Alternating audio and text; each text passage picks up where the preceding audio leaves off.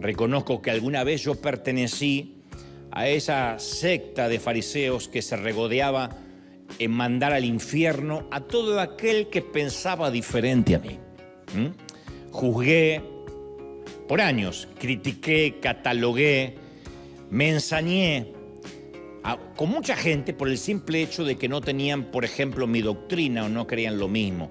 Fui tan torpe, tan menso y tan sopenco que pensaba que de esa manera yo estaba cuidando con celo santo la sana doctrina y que de algún modo estaba agradando a Dios, como que Dios se agradaba que yo cuidaba la sana doctrina, la mía y la ajena. Y durante el tiempo que pertenecía a esa secta de fariseos, no existían las redes, pero yo estoy seguro que de haber existido, yo habría formado sin ningún lugar a dudas parte de los que se meten en perfiles ajenos, a denigrar, a denostar, a arrojar mi verborrea venenosa con la sensación de estar aportando al reino de Dios, de estar edificando. Y como tantos otros, yo estaba muy lleno de desprecio, de celos, de resentimiento. Nada me hacía más feliz que condenar y juzgar a cualquiera que no perteneciera a mi sagrada secta o a lo que yo creía. Me da vergüenza, no estoy orgulloso de esto. Pero también hallaba cierto placer en rematar a los heridos de mi propio ejército. Cuando alguien pecaba o tenía un desliz moral, yo solía decir lo que me habían enseñado a decir. Bueno, es que en realidad nunca fue salvo, por eso avergüenza el Evangelio. Y desde muy pequeño me adoctrinaron, desde los púlpitos, para odiar, para ubicarme en las antípodas de quien pensara diferente. Y yo debía cortar todo tipo de relación con cualquier inconverso, con cualquier ateo. Qué locura, qué ironía, cuando se supone que a ellos debemos llegar y con ellos tenemos que ser luz. Pero se nos decía, no tengan comunión. Lo primero que uno hacía es cortar toda relación con gente llamada mundana. Y solo se nos permitía tener comunión con los que eran parte de la propia iglesia o de la propia secta. Cualquier católico, ni hablar de un evangélico de otra denominación, era antagónico, era nuestro enemigo. Me decían que no debía maldecir, pero sí podía decir cosas como te espera el infierno, hijo de Satanás, apóstata, y otras maldiciones que estaban permitidas bajo el disfraz, insisto, de celo santo. Y obviamente, para que pudiera sentirme un policía de la santidad ajena, me equiparon con un pecadómetro. El pecadómetro es la lista de quién va al cielo y quién va al infierno. Entonces todo el tiempo estábamos borrando y sumando gente. Este se va a quedar. Y no hay un solo día en mi vida en que no agradezca a Dios por abrirme los ojos, por hacerme ver a Jesús con ojos nuevos, por ayudarme a recordar la misericordia, la gracia del Señor y por sobre todo haberme permitido salir de ese pensamiento sectario. Entonces hoy domingo, yo cumplo un día más desde que me convertí, nada más y nada menos que en un cristiano, en un fiel seguidor de Jesús. Cuando alguien me dice, ¿cuál es tu religión? Le digo, soy cristiano, soy un seguidor de Jesús.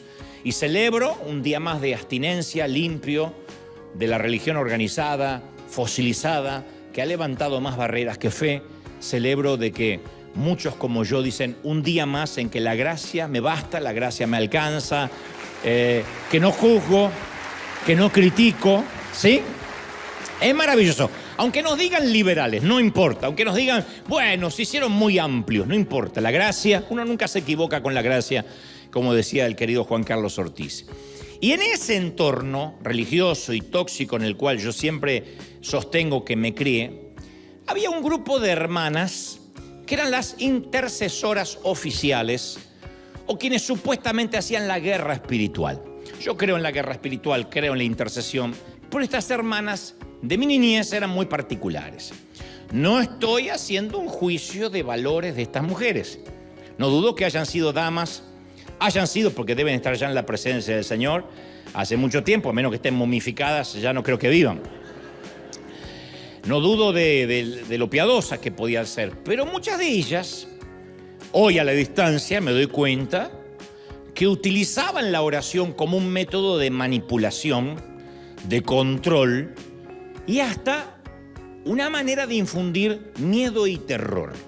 Estas hermanas solían venir a la casa de mi niñez, Y empezaban a hablar con mi madre acerca de las revelaciones que habían tenido en la más reciente reunión de oración. Yo tenía unos 8 años, estaba por cumplir 9, y recuerdo que estas mujeres solían hacer comentarios que a mí literalmente me hacían helar la sangre. Con estas hermanas, ¿quién necesitaba diablo? Nadie.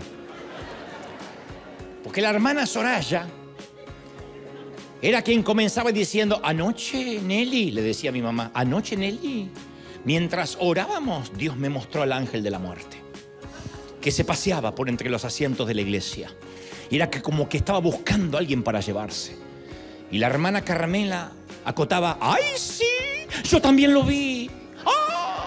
Pero como estaba arrodillada, todo pasó al lado mío, Pasó así por el lado mío y solo le pude ver los pies, que eran como pezuñas de cerdo. Y la hermana Almudena agregaba: ahora entiendo que cuando empezamos a reprender entró de pronto un viento caliente, ahora entiendo. Yo pensé que eran mis calores de la menopausia, no, era el demonio. Tal cual, decía la hermana Genoveva. Yo levanté la mirada y el ángel de la muerte me estaba mirando. Tenía cuerpo de hombre, pico de pájaro, cara de carnero, cola de serpiente, alas de murciélago, una capucha negra y una guadaña en la mano. Teodora decía: alabado sea el Señor, yo también lo vi. Es el mismo ángel negro que yo vi, estamos en el mismo espíritu, decía Teodora. Y la hermana Catalina añadía: el Señor me dijo que vino a llevarse una vida. Dios está llevando a alguien pronto. ¡Ay, sí!, decía Amelia. Yo sentí el olor a azufre. Cuando estos oscurecidos y encapuchados aparecen, siempre huele a azufre y ajenjo. Yo a mis 8 años no quería ni orar. Y mucho menos cerrar los ojos durante las reuniones de oración. Pues si me aparecía un bicho de esto, yo me muero.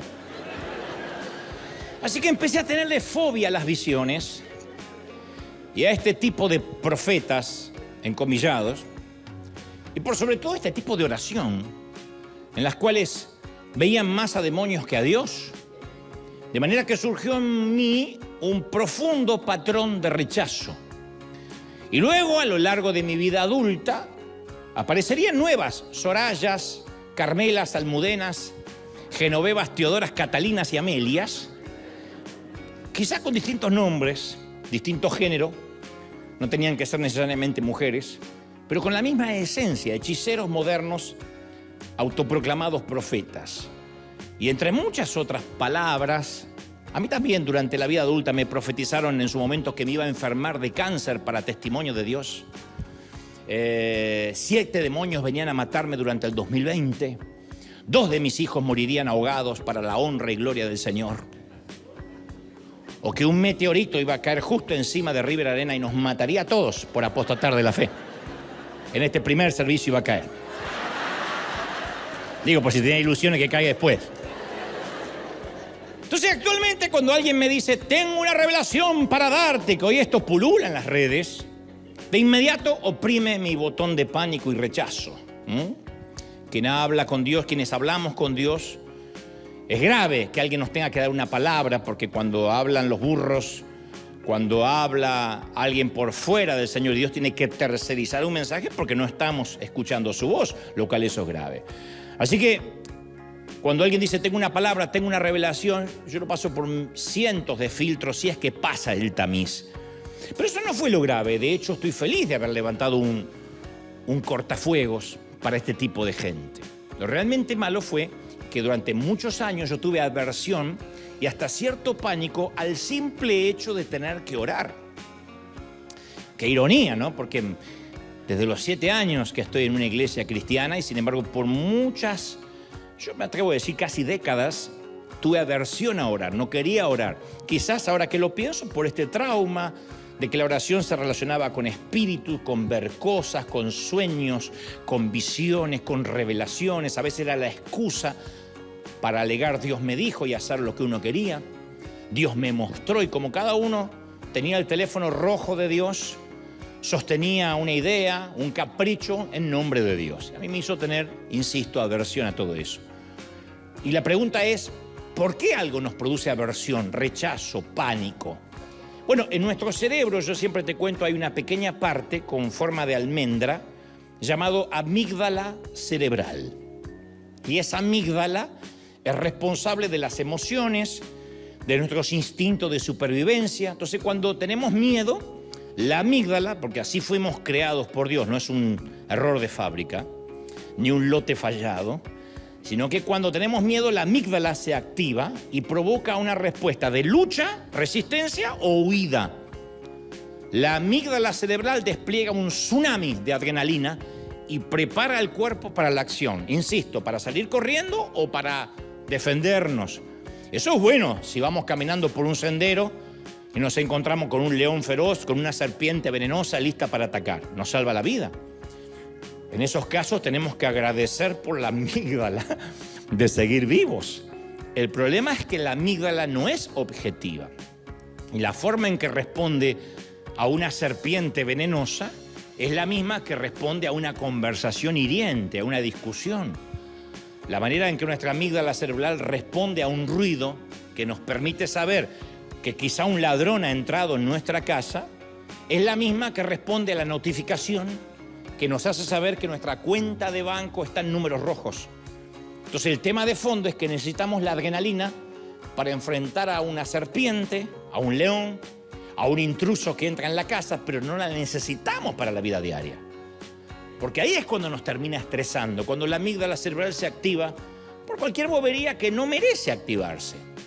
Y en tren de confesiones, como así comencé hoy, quiero contarte otra cosa que me estresa a mí. La primera fue esta, el recordar estas hermanas de mi infancia. Pero hay otra cosa que me produce cierta adrenalina y oprime mi botón de pánico. Y quiero aclarar a priori que no estoy quejándome, no estoy implicando tampoco que mi universo es más difícil que el resto de la humanidad. Cada cual tiene sus propios problemas y sus propias fuentes de estrés. Mi mundo no es más difícil, solo que puede que sea diferente. Quizás después de lo que te cuente puedas desear tener mis problemas y yo pueda desear tener los tuyos. No tu suegra, pero quizás pueda tener tus problemas. Yo lucho con lo que llamo ansiedad por el contenido. Una gran parte de lo que hago es crear y generar contenidos. Tengo que preparar un mensaje nuevo para cada domingo que me paro aquí 2 veces al día. Tengo que preparar, actualizar la conferencia de la gira, adaptarla para cada país, para cada ciudad, el contenido nuevo para el programa de la radio, los guiones para la televisión, el entrenamiento eventual para el liderazgo y además hacerme lugar para reuniones contables, destinos de las finanzas, el avance de las misiones, todo lo que surge semanalmente al estar al timón de esta maravillosa y bendecida nave insignia con sus empleados de planta, con más de 600 voluntarios. Pero lo que más me estresa es que no todos los contenidos, los mensajes, los sermones requieren el mismo esfuerzo. A veces yo trabajo en decenas de mensajes y yo los llamo esos mensajes sermones a fuego lento, o los pongo en una carpeta, en un folder que dice parrilla, porque literalmente es como poner la carne a fuego lento, como hacemos los argentinos, y tengo mensajes rostizándose ahí hasta que finalmente se terminan de cocinar después de varias semanas, les voy agregando cositas, sacando, y un día ven la luz, un domingo ven la luz.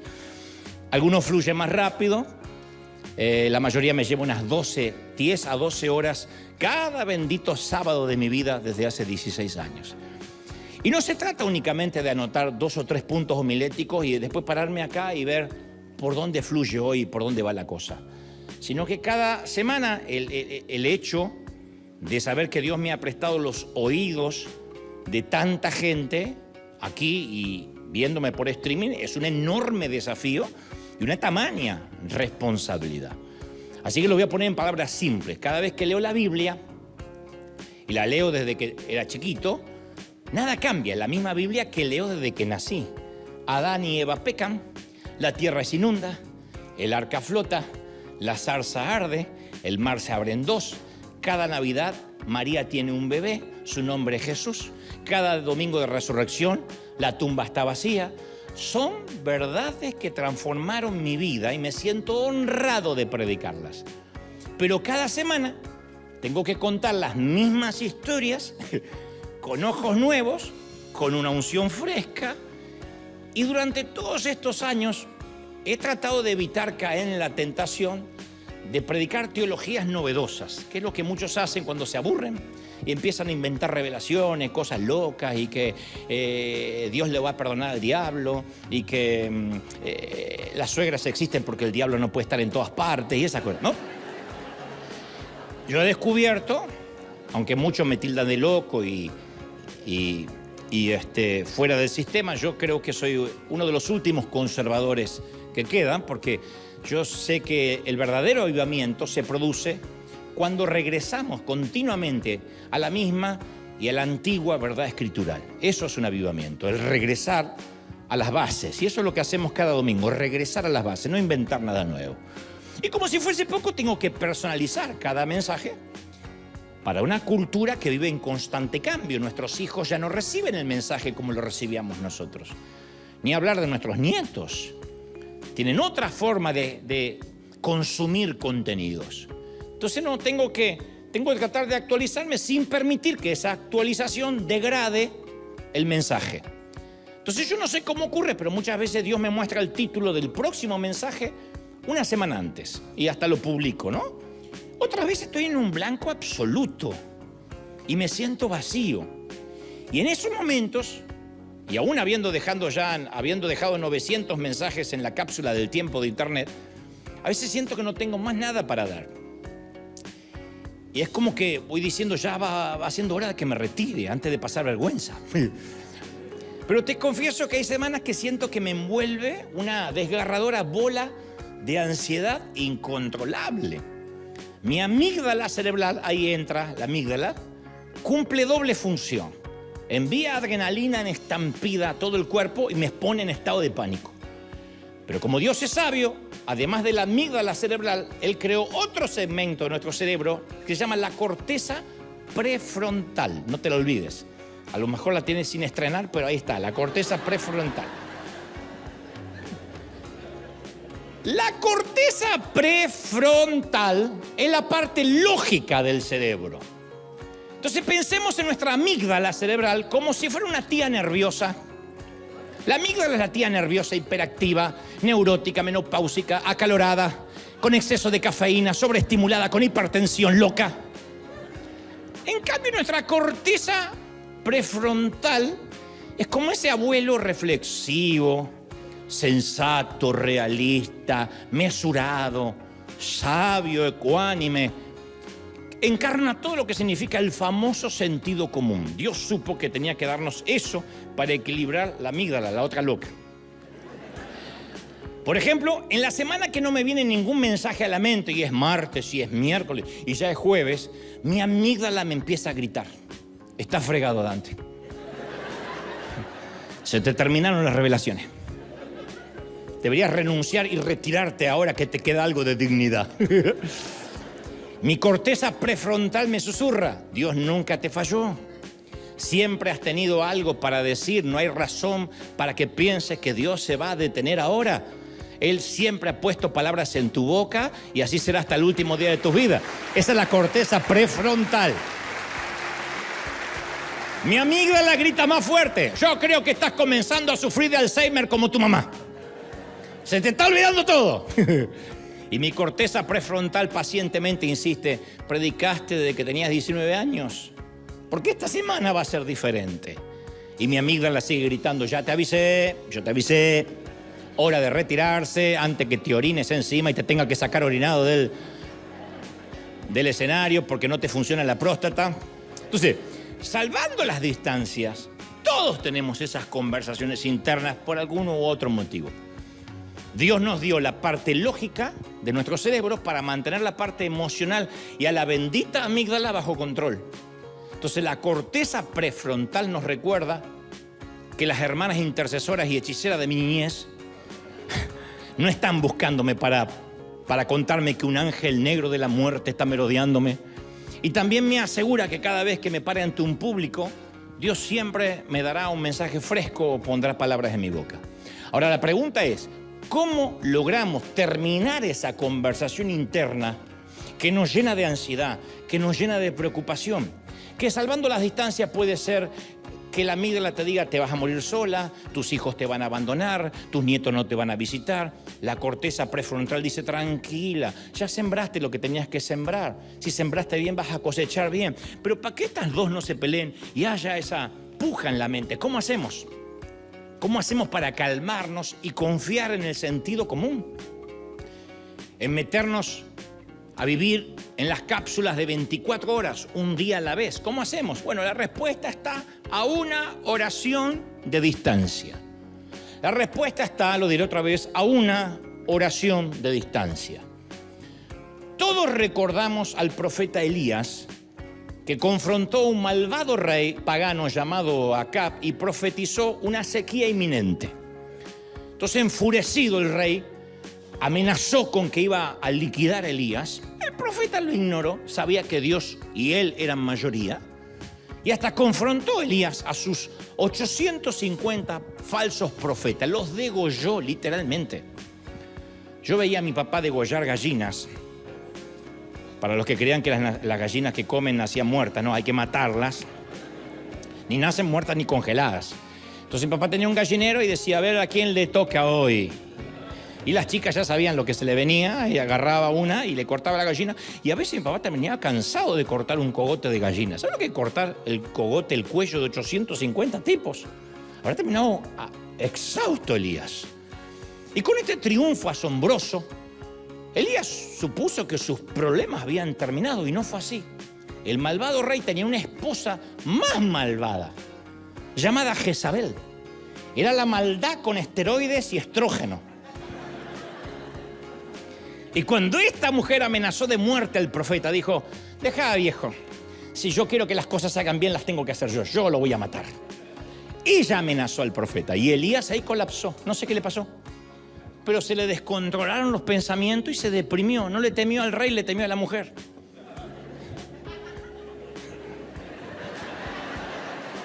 Se rió alguien que dijo: jaja, yo sé por qué. Y Elías estaba agotado, estresado, quedó tensionado, cansado. No sé cómo Jezabel le hizo llegar la amenaza.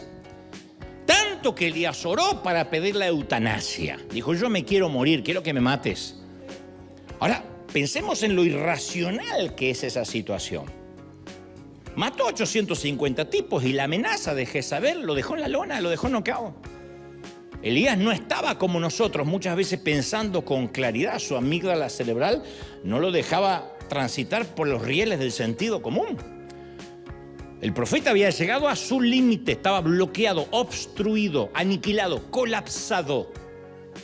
¿Te pasó de llegar a un punto en que ya no puedes lidiar con una sola cosa más? A veces se alinean los problemas hasta transformarse en la tormenta perfecta. Y uno dice: no puedo más. ¿Te pasó que una última gota rebasó tu vaso? Tu tarjeta de crédito está al límite. Tu marido respira de una manera irritante. Aumentaste 5 kilos en 2 días. Y tu suegra te quiere enseñar cómo tienes que educar a tus propios hijos. Eso es lo que le pasaba a Elías. En Primera de Reyes 19:4 dijo: basta, Señor, quítame la vida. Quítame la vida. Yo no soy mejor que mis abuelos, que ya se murieron. No soy mejor que ninguno de mis antepasados. Quítame la vida. Yo soy la misma casta. Por mi sangre corre lo mismo que siempre detesté de mis padres y de mis abuelos y lo que siempre critiqué de mis tíos. Y lo que le pasó a Elías nos sucede a nosotros, que nos obsesionamos tanto con nuestros problemas que perdemos nuestro enfoque en la presencia de Dios. No sé si recuerda las palabras que Pablo escribió desde la prisión en Filipenses 4:4. Él dice: regocíjense en el Señor siempre. Otra vez lo diré, añade: regocíjense. La bondad de ustedes sea conocida por todos los hombres. El Señor está cerca, agrega Pablo. El Señor está cerca. No está hablando de que la venida de Cristo está cerca. Está diciendo: el Señor está cerca nuestro. Está cerca mío, cerca tuyo.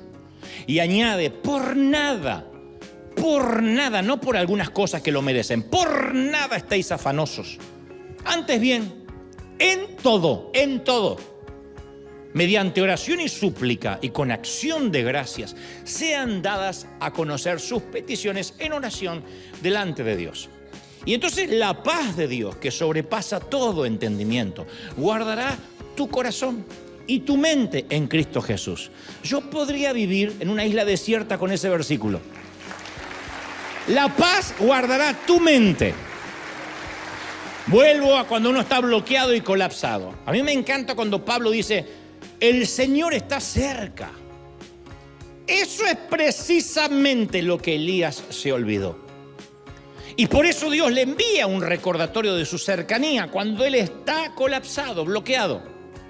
Dios le envía al profeta un poderoso viento, un terremoto, un fuego. El profeta está en la cueva y ve estos 3 eventos climáticos. Pero Dios no estaba en ninguno de los 3. Dios estaba en el susurro final, en el silbo apacible.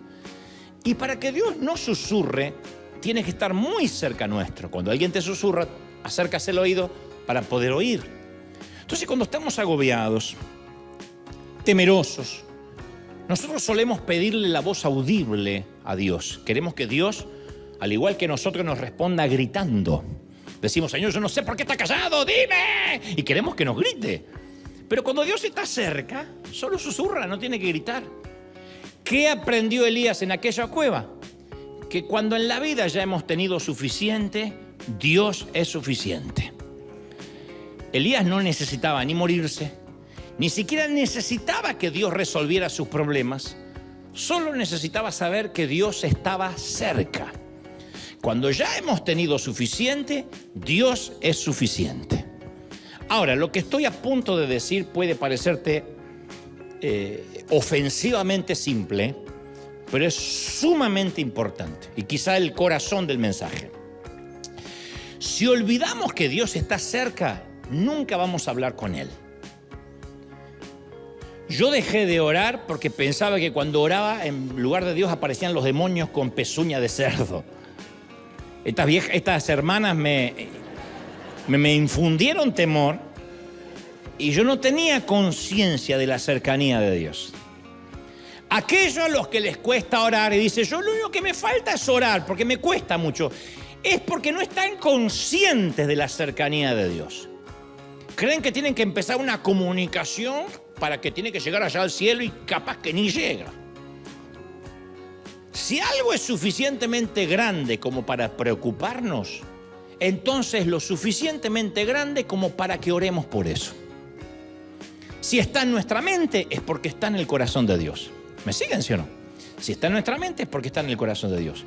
Y aquí viene el gran dilema, que como muchos de nosotros hemos pasado años sin sentir que Dios estaba cerca, no sabemos cómo hablarle. Con esta clase que tuve yo de profeta que decían y se me apareció un demonio y tuve que reprender, yo no sabía cómo hablarle a Dios. Yo decía, ¿cómo me dirijo a Él? ¿Cómo arranco la conversación? ¿Me dirijo a Él como omnipotente creador? ¿Es obligatorio usar el lenguaje gallego de la Reina Valera? Señor, os conocéis mi vida y sabéis que no hay que orar como el gato con botas, necesariamente. Hoy, Señor, pues bendíceme en este día tan especial donde necesito tu bendición. No hace falta. Debo terminar siempre diciendo en el nombre de Jesús, porque si no, no se cumple la oración. Si no veo demonios como Soraya, Carmela, Almudena, Genoveva, Teodora, Catalina y Amelia, no estoy orando. Perdón si alguien se llama así, pero Dios te está hablando, mija. La respuesta a todas estas preguntas es un rotundo no, un inequívoco no. En el huerto de Getsemaní Jesús llamó a su padre Abba, que es la palabra aramea para decir padre, pero es la forma más cariñosa, más tierna del modo arameo para referirse a un padre. Nuestro equivalente a papi sería papi, papucho, papito. Dios es un Dios relacional, tierno, cariñoso y por sobre todo conoce nuestra estructura emocional. Sabe, porque Él nos diseñó, cómo estamos hechos cada quien. ¿Qué tipo de comunicación y relación necesitamos cada quien? ¿Qué lenguaje del amor manejamos? Dios siempre se presentaba: yo soy el Dios de Abraham, el Dios de Isaac y el Dios de Jacob. A mí me sorprende que nunca dijo de manera gramatical: yo soy el Dios de Abraham, Isaac y Jacob, con comas. Podía haber dicho, resumiendo, soy el Dios de Abraham, Isaac y Jacob. Él decía, no, yo soy el Dios de Abraham, el Dios de Isaac y el Dios de Jacob. Lo que estaba implicando que es el mismo Dios, pero diferente trato con cada quien. Abraham escuchaba de una manera que Jacob no oía. Gedeón se relacionaba con Dios de una manera diferente a la de David. Cada hijo tiene una personalidad diferente y cada uno se relaciona con sus padres a su manera, independientemente de que sean los mismos padres y el mismo hogar y la misma educación. Si eres padre o madre, debes saber que entre tus propios hijos, cada uno da a conocer sus necesidades de una manera distinta. Está el hijo que ni siquiera te envía un mísero texto. Y cuando le escribes un testamento, te contesta con un escueto ok. Dice, condenado, lo amamanté tanto tiempo, lo alimenté para que me diga ok. Luego está el hijo o la hija que le gusta hablar y expresar todo, y de todo hace un monólogo interminable de 45 minutos que no te atrevas a interrumpir. Puede que esté el hijo que aguarda a que estés exhausto. Después está ese otro hijo calculador que espera que estés exhausto y agotado y espera justo las 10:30 de la noche para aparecerse en tu dormitorio y plantearte un debate profundo, porque sabe que te agarra en curva y cansado. Y tú percibes que será abogado, porque siempre tiene una defensa preparada para cualquier objeción que puedas alegar y te va a liquidar. Lo único que tienes que decir desde la cama: edúquese lo más que pueda, ande con cuidado, que Dios nos ampare, caso cerrado. Porque te cerró el caso antes de entrar al dormitorio, ¿o no? Puedes que tengas algún otro hijo que cuando te pide algo suplica, ruega, reclama, implora, decreta, invoca, clama y te gana por cansancio. Y el hijo le dice ta, ta, ta, ta, ta, y se lo das. Ninguno de ellos se relacionan con sus padres de la forma correcta. Simplemente se relacionan con sus padres como son. Y Dios también quiere que seamos nosotros mismos. Por eso es una falacia enseñar a orar. Una locura es que alguien enseñe a orar. Yo digo siempre en las conferencias de presidente: no pretendas que yo te enseñe a orar, ni te diga repite esto, porque prometí no insultar tu inteligencia. Las oraciones más sinceras jamás son dichas dentro de las paredes de las iglesias. Las más sinceras son dichas dentro de las paredes de los hospitales y en las gramas de los cementerios. Y allí no hay nadie que nos enseñe a orar y que nos diga, no hay curas, rabinos ni pastores a decir repitan conmigo. Esos son liturgias, rezos, no comunicaciones reales. Entonces, ¿cómo podemos orar? Y gritando, susurrando, cantando, escribiendo, en silencio, como sea nuestra estructura emocional. No hay una forma perfecta ni bíblica para orar. Hay de los que, si se arrodillan, se quedan dormidos. Entonces, Señor Jesús, te pido que... ¿Cuál es mi consejo? No te arrodilles, camina. Hay de los que se acuestan y hay de los... No hay una postura, una posición. Entonces, a todos los que somos papás, nos gusta cuando nuestros hijos nos necesitan. Y fundamentalmente son sinceros. Y se acercan cada uno a su manera. No nos chocaría que se acerquen con una personalidad fingida. O con palabras grandilocuentes, edulcoradas, para tratar de manipularnos. Queremos que nuestros hijos se acerquen como son, porque aparte los conocemos. Pedro 5:7 afirma: pongan todas sus preocupaciones y ansiedades en las manos de Dios, porque Él cuida de ustedes. Pedro da la fórmula: pongan todas las preocupaciones, no algunas, no las que no puedes manejar, no las que creemos que no podemos sostener, entonces esas se las voy a tener que dar a Él. Pongan todas las preocupaciones, las importantes y las que no merecen ni siquiera que rodeen nuestra mente. La oración funciona. La oración cambia las cosas. Y lo que es más importante, la oración nos cambia a nosotros. Es más, está comprobado que la oración cambia nuestro cerebro. Hace algunas décadas los neurólogos, hace casi 30 y 35 años atrás, los neurólogos creían que el cerebro no cambiaba después de la adolescencia, que llegaba hasta la adolescencia y después se quedaba lo mismo. Hoy sabemos que eso no es verdad. Nuestros cerebros están constantemente evolucionando. Los neurólogos llaman a este proceso neuroplasticidad. La idea es que podemos esculpir nuestro cerebro, así como podemos esculpir nuestros cuerpos o nuestros músculos con un buen tiempo invertido en el gimnasio. Entonces nuestro cerebro todo el tiempo está creando vías neuronales, como ya hablamos hace unos mensajes atrás, nuevos engramas. Y cada vez que tenemos un pensamiento es más fácil pensarlo otra vez, los famosos surcos. Estas son buenas noticias si tenemos pensamientos piadosos, pero no son buenas noticias si hemos sido condicionados para huir de las intercesoras que ven ángeles de la muerte durante las reuniones de oración, si estamos condicionados a que un día nos vamos a quedar en blanco y se nos van a acabar los contenidos. Hay un doctor llamado Andrew Newber, es el director de investigación del Hospital Thomas Jefferson de Pensilvania, y él estudia el cerebro literalmente en el uso de técnicas de neuroimagen que incluyen imagen por resonancia magnética funcional, tomografía de emisión monofotónica y tomografía por emisión de positrones. En resumen, no sé un cuerno lo que estudia este hombre, pero sí entiendo sus conclusiones. Él escribió que la oración es como un ejercicio para el cerebro y que transforma las sales cerebrales, transforma la química. Diré esto otra vez, la oración no solo toca el corazón de Dios, sino que además va cambiando, te lo voy a explicar en momentos, va cambiando la química de nuestro cerebro. Nuestra manera de pensar reordena las prioridades para siempre. Hay otra autora en este campo este campo se llama neuroteología.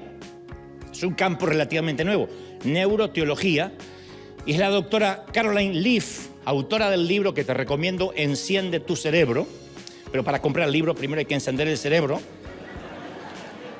Su sitio web dice, la doctora Caroline Leaf es patóloga de la comunicación, neurocientífica cognitiva con un doctorado en patología de la comunicación y una licenciatura en logopedia, especializada en neuropsicología cognitiva y metacognitiva. Otra vez, no entiendo a qué cuerno se dedica tampoco esta mujer. Pero ella escribe y concluye, se ha descubierto que 12 minutos de oración diaria, 12 minutos de oración diaria, 12, mucho menos de lo que dura un capítulo de cualquier serie de Netflix. 12 minutos, esto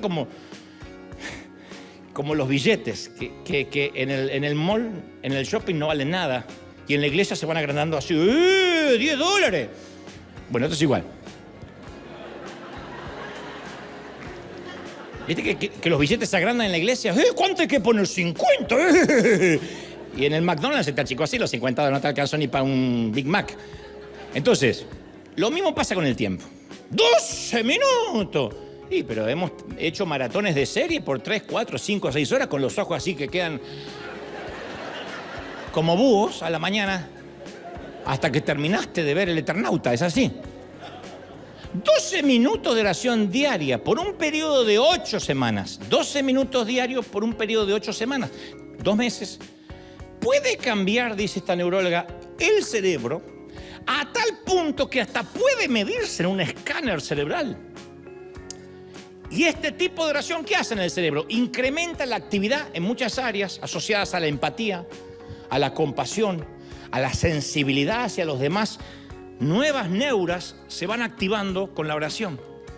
En resumen, la preocupación tóxica, la ansiedad, inflaman nuestro cerebro y nos meten como Elías en una cueva de depresión. No obstante, la oración cambia nuestro cerebro y nos renueva, nos refresca. No sé si se acuerdan lo que Pablo escribió en Romanos 12:2. Y no se adapten a este mundo, sino transfórmense por medio de la renovación de la mente para que verifiquen cuál es la voluntad de Dios, lo que es bueno, aceptable y perfecto. Entonces, en lugar de adaptarnos, nos transformamos y nos renovamos.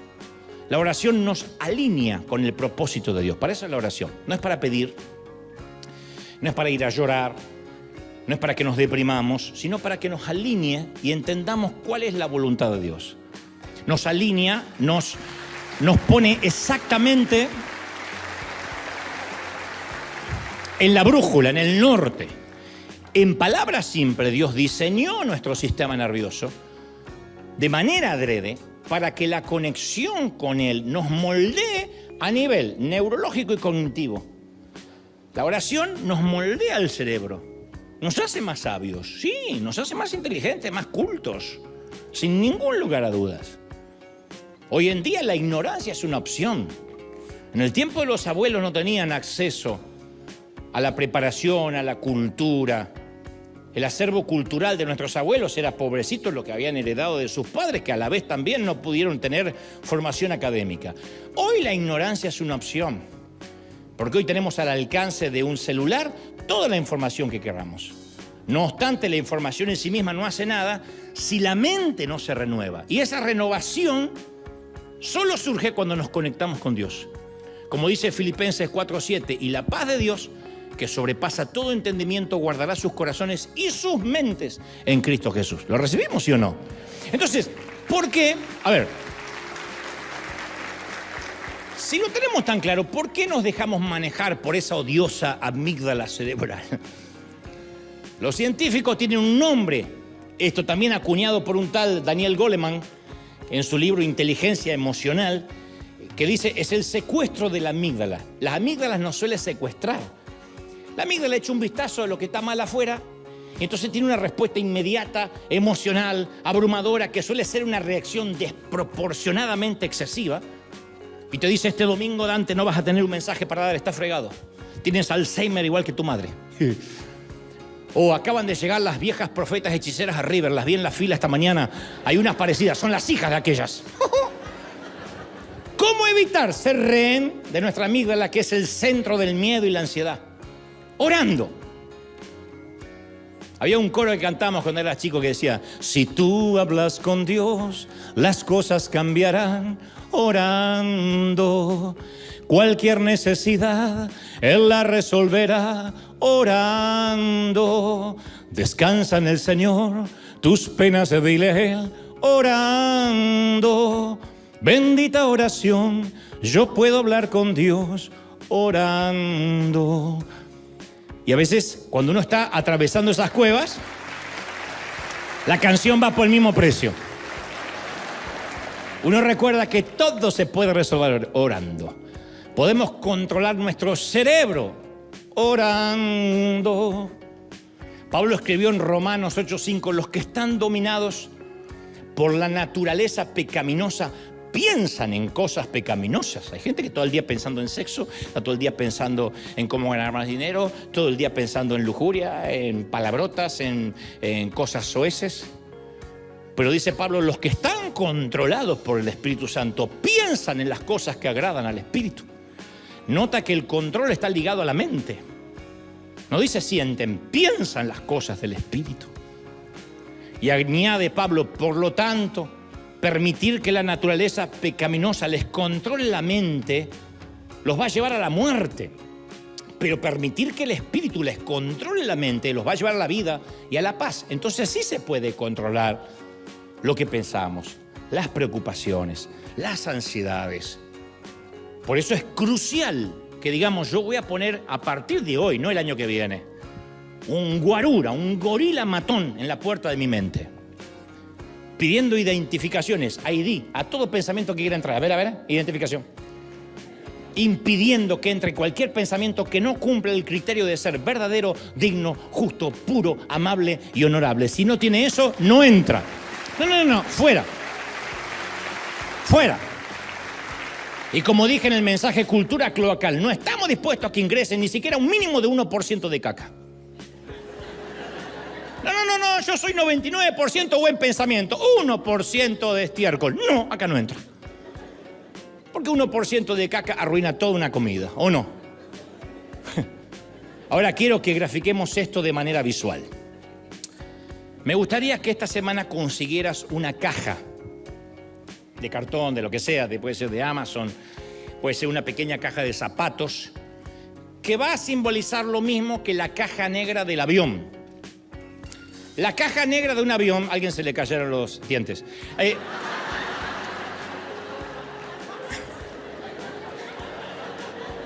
La caja negra de un avión registra las conversaciones de la tripulación y los datos técnicos del vuelo, como velocidad, altitud crucero, rumbo. Y técnicamente la caja negra no tiene botones por afuera, no tiene nada, tiene una entrada y una salida. Y aunque se llama caja negra, en realidad es de color naranja para facilitar su localización tras un accidente. Pero lo dicen caja negra por su contenido, porque es un contenido que no tiene acceso nadie excepto los expertos. Y el término caja negra se usa mucho en psicología también, porque se refiere a los procesos mentales internos entre un estímulo y una respuesta. O sea, es una forma de describir también la mente humana como un sistema que recibe información, tiene una entrada y produce una salida, que es el comportamiento, sin que podamos saber realmente lo que específicamente ocurre dentro de ese sistema cerebral, o sea, dentro de la caja negra. Pero en esta caja de nuestro ejercicio, que te voy a pedir que tengas a bien si puedes hacer, vamos a escribir caja negra de Dios. Con un marcador, con una fibra, con lo que sea. Caja negra de Dios. Y cada vez que tengamos una preocupación, una carga, una tentación, un mal pensamiento, vamos a escribirlo en un papel. Podemos escribir, por ejemplo, tengo miedo que vayan a despedirme. Tengo temor a morir soltera o soltero. Me preocupa mi hijo de 17 años. Estoy tentado a ir a sitios de internet a los cuales sé que no debo ir. O no puedo pagar estas facturas y estas cuentas. O estoy constantemente enojado con mi cónyuge o con mis hijos. Vamos a escribirlo porque nadie más lo va a leer y vamos a ponerlo en la caja negra de Dios. Y cuando pongamos el papel, tengan a bien orar y decir, papá, yo estoy confiando en ti en cuanto a este asunto. Nadie lo sabe, esto quedará en la caja negra. Sé que tú tienes el control. Sé que eres más grande que esto.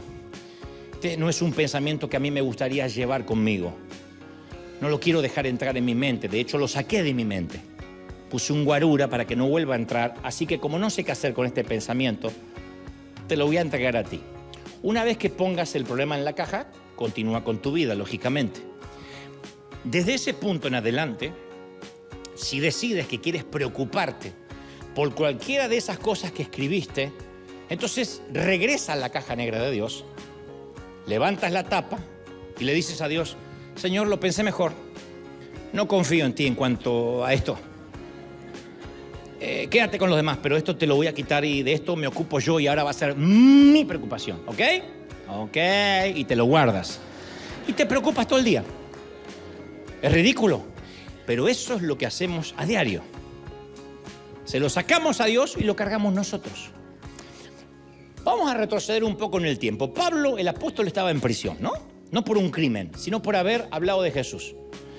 Podía ser ejecutado. Entonces escribe a sus amigos de Filipos, regocíjense en el Señor siempre. Y luego suena como nuestra madre, porque repite para que quede claro. Otra vez lo diré, regocíjense, dice. Ahora bien, ¿por qué tiene tanto peso este pasaje? Porque lo está escribiendo desde la cárcel. Pablo y Silas habían sanado a una mujer. Eso enfureció a algunas personas, provocó un disturbio. Y Hechos 16:22 dice que la multitud se levantó contra ellos y los magistrados superiores rasgaron sus ropas, les ordenaron que los azotaran a los dos. Y después de darles muchos azotes a Pablo y Silas, los echaron en la cárcel, ordenando al carcelero que los guardara con máxima seguridad, el cual, habiendo recibido esta orden, los echó al calabozo interior y le puso los pies en el cepo encima. Como a medianoche, la mayoría conoce la historia, Pablo y Silas oraban, cantaban himnos a Dios y los presos los escuchaban. Dijeron, si tú hablas con Dios, las cosas cambiarán orando. O sea, todas sus preocupaciones las metieron en la caja negra. Confinados en una prisión, en un frío suelo, quizás con una nariz fracturada, un par de costillas rotas, sin doctor, sin enfermera, sin apósito, sin ibuprofeno. ¿Qué hicieron Pablo y Silas? Adoraron a Dios, alabaron a Dios. ¿Qué estaban haciendo en la cárcel? Regocijándose. Y hay 3 cosas que aprendí de Pablo y Silas. Primero, a priori, estaban adorando a Dios por quién era Él, no por lo que les estaba pasando. No era lógico que adoraran por lo que les estaba pasando. Nadie adora cuando te fracturan la nariz y te meten en la cárcel. Estaban adorando por lo que era Dios. Si les preguntáramos, Pablo, Silas, ¿por qué se ponen a cantar? No creo que pudieran señalar algo y dijeran por esto. No estaba sucediendo nada bueno, pero su Dios todavía era bueno. No estaban alabando por lo que pasaba, sino por quién era Dios. Entonces las circunstancias pueden ser malas, pero Dios sigue siendo bueno, ¿sí o no? Puede que no nos guste lo que está pasando, pero aún podemos adorar a Dios por quién es Él.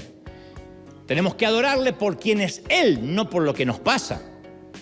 Segundo, estaban adorando a Dios antes de la provisión. Y nosotros a menudo postergamos alabar a Dios hasta que Él provee lo que queremos, porque nos comportamos como niños caprichosos. Señor, dámelo y voy a contar el testimonio para tu gloria. Como diciendo, te conviene a ti, dámelo para que yo cuente. Todos decimos, voy a alabar cuando esto ocurra. Ojalá que me sane para que esta sanidad glorifique al Señor. Y Dios puede decir, sí, lo sané, pero me lo traje conmigo al cielo. Ya está sano. Yo te pedí que le sanes el cáncer y sí lo sané. Te aseguro que camina sano en el reino de los cielos. Está aquí conmigo. Nada más que, ¿cuál es el problema? ¿Me lo traje conmigo? ¿O estás diciéndome por qué no te lo quedaste? Entonces a veces nosotros lo que hacemos es esperar que Dios haga el milagro para empezar a adorar. Pablo y Silas adoraron antes de la provisión, antes que Él respondiera a sus oraciones o cambiara la circunstancia. Tercero, estaban alabando a Dios y entonces Dios se apareció. De repente se produjo un gran terremoto de tal manera que los cimientos de la cárcel fueron sacudidos y al instante se abrieron las puertas y las cadenas de todos se soltaron. ¿Qué terremoto habrá sido para que se suelten las cadenas? O sea, ellos no adoraron a Dios porque se apareció. Dios se apareció porque ellos lo adoraron. Dios se apareció porque ellos lo alabaron. ¿Me siguen? Entonces, lo diré en palabras simples. Cuando estamos conscientes de la cercanía de Dios, es cuando empezamos a orar. Si no, como Elías, no se nos da por orar. Uno tiene que estar consciente de que, como dijo Pablo, el Señor está cerca. ¿Está cerca el Señor? Ahí empezamos a orar. Cuando empezamos a orar, eso nos lleva a adorar y a alabar. Cuando los adoramos, y alerta de spoiler, Dios va a aparecer. Cuando adoramos, Dios aparece. Cuando Dios aparece, cambia nuestra forma de pensar. Y cuando cambia nuestra forma de pensar, cambia nuestra perspectiva. Pablo quería estar en Roma, no en una celda. Quería predicar, no ser un prisionero. Nada le estaba saliendo bien. Y aunque todo parecía negativo, Pablo eligió ver lo positivo. Estaba viendo la imagen que Dios quería que viera, no lo que los demás estaban viendo. Por eso escribió, el Señor está cerca. Estoy acá preso, pero el Señor sigue estando cerca. Así estuviese predicando o estoy preso, Él está cerca. No es que Él se acerca cuando yo predico, cuando vengo el domingo a la iglesia y el lunes se me aleja. Él está cerca. ¿Por qué podía alabar a Dios en la cárcel? Perspectiva, tenía entrenado el cerebro. Si nos enfocamos en lo que está mal, nunca vamos a lograr lo que sí está bien. Esto lo vemos en los salmos. El salmista siempre comienza relatando lo que está mal y después se ordena a sí mismo, ordena a su amígdala cerebral que alabe a Dios de todas formas. Salmo 42:5. ¿Por qué te desesperas, alma mía? ¿Por qué te turbas dentro de mí? Espera en Dios, porque voy a alabarlo por la salvación de su presencia. Salmos 103:1. Bendice, alma mía, Jehová, y bendiga todo mi ser tu santo nombre. Bendice, alma mía, Jehová, y no olvides ninguno de sus beneficios. Le ordena a la mente, no te olvides lo que sí está bien. No te olvides, Pablo y Silas, que todavía estamos vivos. Atados, amarrados en la cárcel, pero todavía respiramos. Entonces hay que alabar. Y Dios sigue estando en el trono, entonces hay que alabar. ¿No es maravilloso? Orar, adorar, alabar cambia nuestra perspectiva y cambia nuestro cerebro. También esto se comprobó. Se demostró que adorar a Dios reduce el ritmo cardíaco, la adoración reduce la presión arterial, los niveles de glucosa en la sangre, de verdad. Los marcadores séricos de inflamación se reducen. ¿Te acuerdas del doctor Newberg, este científico del cerebro que te dije no sé de qué cuerno se recibió? Él probó que alabar y adorar a Dios provoca cambios cuantificables en el volumen y el metabolismo del cerebro, especialmente en otra parte del cerebro que vamos a aprender que se llama el giro cingulado. El giro cingulado es como que es un incremento en el volumen de ese giro que da como resultado un aumento en la capacidad del pensamiento compasivo, la dadivosidad. Cuando el giro cingulado crece, que es una parte del cerebro, uno se vuelve más dadivoso. De modo que cuanto más crezca esa parte, nos volvemos más empáticos, más dadores. Ahora, si tienes un esposo tacaño, dile: viejo, con razón, tenés el giro cingulado atrofiado. No vas a ver lo que le decís, pero lo está diciendo tacaño, amarrete, ¿no?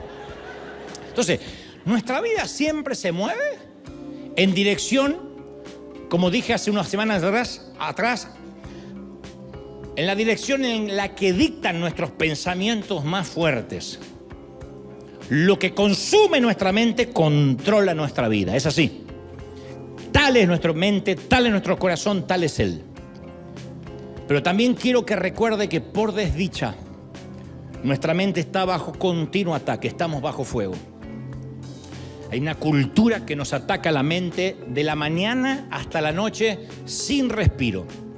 A través del streaming, a través de las noticias, a través de la cultura, a través del qué dirán. Pedro escribió en su primera carta, capítulo 5, 8, sean de espíritu sobrio y estén alerta.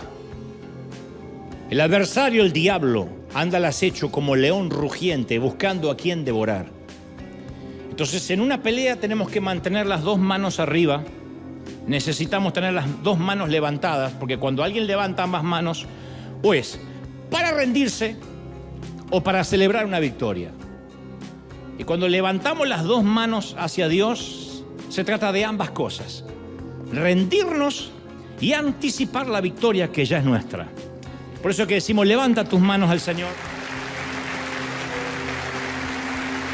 Nos rendimos y anticipamos de que ganamos. Nadie hace un gol y celebra el gol. Sí, ya lo celebré. Sino que hacemos... Bueno, eso es una victoria. Y además la rendición. Si algo es lo suficientemente grande para preocuparnos, entonces lo suficientemente grande como para que oremos por eso. Si está realmente en nuestra mente, también está en el corazón de Dios. Y cuando ya hemos tenido suficiente, Dios es suficiente. Y este es el día para meter todas nuestras preocupaciones en la caja negra de Dios. Hacerlo de una vez para siempre y olvidarnos que esas preocupaciones existen. ¿Es difícil? Sí, es difícil, pero lo que está en la caja negra solo los expertos pueden ingresar. Tiene una entrada y una salida. Y yo he decidido en mi vida que hay cosas que quiero que el Señor las examine, las vea, las resuelva. Yo me autoproclamo incompetente en muchas de las causas. No son mi jurisdicción. La salud de mi familia, mi propia salud, el futuro no es mi jurisdicción.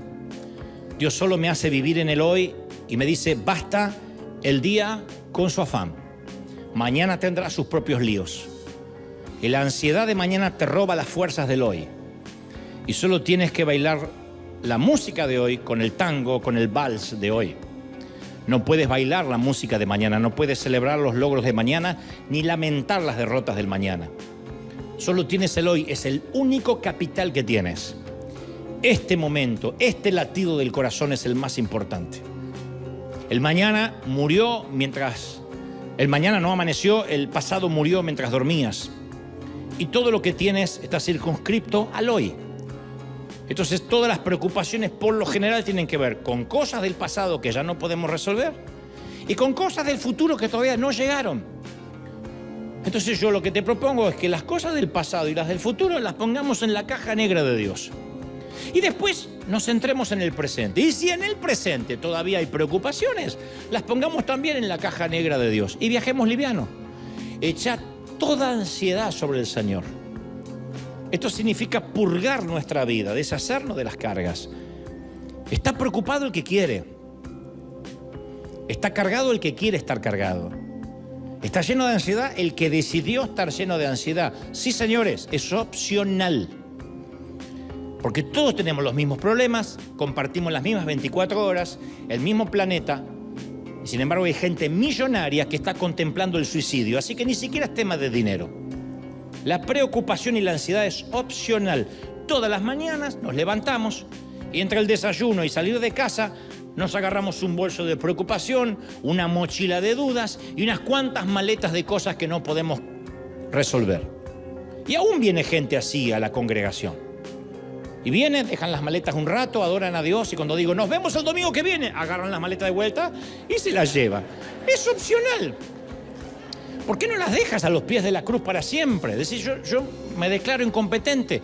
Esto es asunto de Dios. No entiendo. ¿Qué sé yo cómo lo va a resolver? Él sabrá. Él sabrá si habrá pan mañana. Él sabrá si mañana me va a sanar o no. Y si no me quiere sanar, la preocupación. ¿Podrías añadir una hora a tu vida? Dijo el Señor. ¿De qué te preocupas? En el Sermón de la Montaña dijo, considera las azucenas y los lirios del campo. No trabajan, no hilan. Sin embargo, ni Salomón con todo su glamour lució como una de ellas. ¿Y te preocupas por la ropa?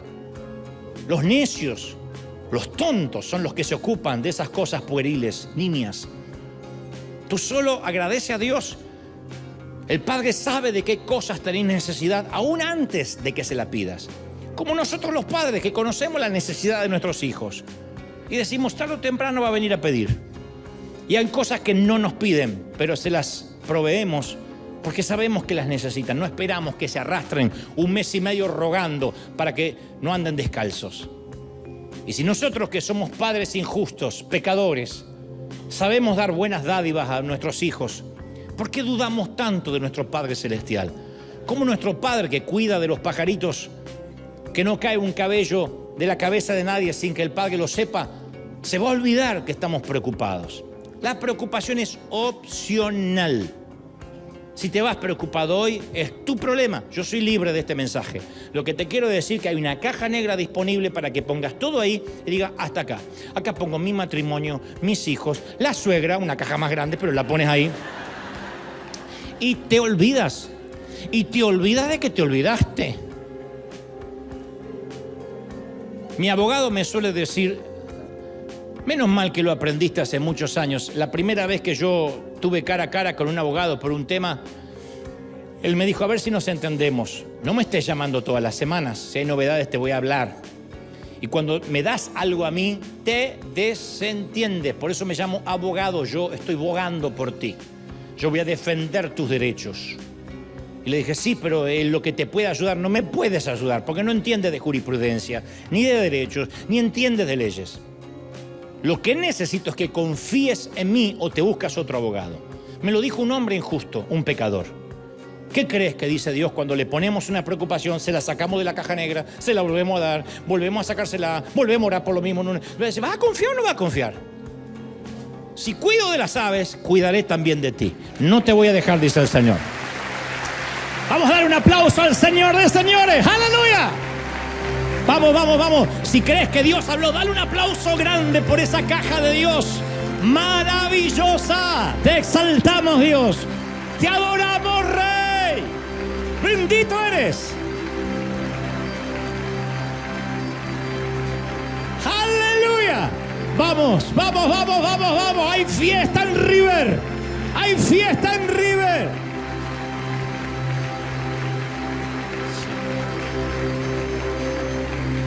Te va. Si tú hablas con Dios, las cosas cambiarán orando. Cualquier necesidad, Él la resolverá orando. Descansa en el Señor, tus penas dile a Él orando. Bendita oración, yo puedo hablar con Dios orando. Vamos todos. Si tú hablas con Dios, las cosas cambiarán orando. Cualquier necesidad Él la resolverá orando. Descansa en el Señor, tus penas dile a Él orando. Bendita oración, yo puedo hablar con Dios orando. Levanta las manos, vamos a orar. Todos, a tu manera, a tu forma, de la manera que está compuesta tu estructura emocional, conforme sea el lenguaje con el que te has expresado toda tu vida. No seas otro ante Él. No te pongas una máscara para hablar con el Padre. Sé el mismo de los lunes, de los viernes, de los miércoles. Dile: papi, quizá mi vida sea un desastre. Y reconozco que no hemos hablado mucho en los últimos meses y años. Es que no sabía que te tenía tan cerca. No sabía que Dios susurra junto a los que estamos muchas veces tocando fondo. Dios no le dijo a Elías: ¿qué haces allí en la cueva? Le dijo: ¿qué haces aquí? De manera que interpreto que Dios estaba en la cueva. Y si Él puede meterse en la cueva de nuestra depresión, ¿a dónde no puede ir? Él está tan cerca de mí que hasta lo puedes tocar. Tan cerca. Y orando se abre una comunicación que no tiene que detenerse nunca. Ni siquiera tenemos que decir amén. Señor, si te parece, voy a comenzar esta plática y la hemos de seguir luego en el auto, en casa. Eventualmente interrumpida por atender mis hijos, mi familia, pero me encantaría hablar contigo el resto del día. Oh, el Señor estará encantado de eso. Las cosas van a cambiar, tu cerebro va a cambiar. Las pastillas no te van a hacer dormir. Los psicofármacos no van a resolver las sales cerebrales. Y los médicos van a terminar metiéndote en un loquero, en un psiquiátrico. Porque cada medicamento que te vayan dando producirá nuevos efectos colaterales. Así que no hay manera que la medicina, en este caso, resuelva lo que la oración puede hacerle a tu cerebro. Fuimos cableados para conectarnos cognitivamente, nuestro sistema nervioso, para ser conectados con Él y que se reagrupen los pensamientos, que sean eyectados aquellos que son tóxicos, venenosos, y permanezca todo lo amable, todo lo puro, todo lo que es de buen pensar, todo lo honorable. En eso pensad. Vamos, nos ha hablado el Señor hoy. Y siento que en casa también las manos son para rendirte y para celebrar la victoria. Y como Pablo y Silas, te ruego que hagas las mismas tres cosas. Primero, que le adores por lo que Él es, no por cómo te va la vida. Porque puedes que no tengas dónde vivir, pero Él sigue estando en el trono y te llevará a casa. Puede que la enfermedad no se haya ido, pero Él sigue sentado en el trono. Y lo adoramos por lo que Él es, no por cómo nos va en la vida. Así que adora a Dios por lo que Él es. Señor, qué grande eres. ¡Qué fabuloso eres! ¡Magnífico! ¡Aleluya! Segundo, adoremos a Dios antes de la provisión. Esas son las verdaderas adoraciones, gente. Muéstrame a un adorador que ora antes del milagro y yo te diré que es un verdadero adorador. Adoremos mientras esperamos. Benditos los que adoran de este lado del Jordán. Benditos los que oran antes que las aguas se abran. Bienaventurados los que sin ver creen.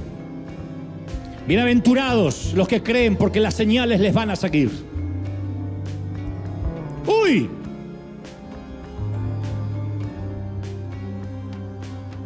La iglesia dejó de creer porque empezó a buscar milagros. Hay un montón de gente buscando milagros antes de la adoración. Y el Señor dice, adora. Y entonces, lo tercero que va a ocurrir, Él aparecerá.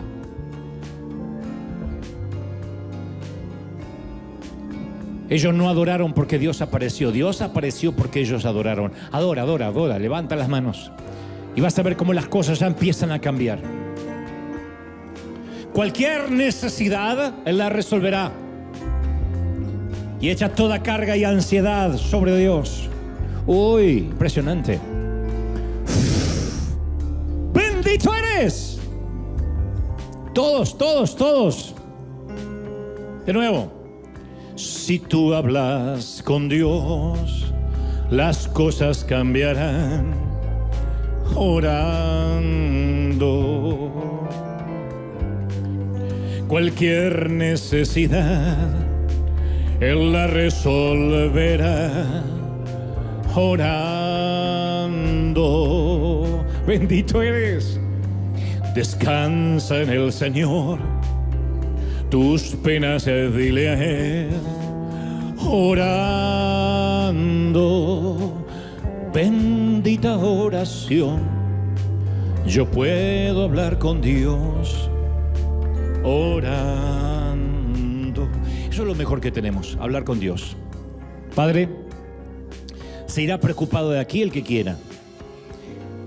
En sus casas, en sus hogares seguirán preocupados los que decidan quitarte de la caja negra el papel y quedárselos ellos diciendo, esta es mi jurisdicción. Dios, no te meterás en mis problemas. No obstante, aquellos que queremos viajar livianos, no envejecer antes de tiempo, tener salud, no somatizar en el cuerpo el estrés innecesario, ponemos todo en tu caja, la cerramos y hasta que nos toque vernos cara a cara, no volveremos a pensar en eso. Al cabo es tu problema y eres nuestro abogado y tenemos abogado para con el Padre. Lo creemos, lo declaramos y nos vamos livianos, sanos, benditos y prósperos. Amén y amén. Gloria a Jesús.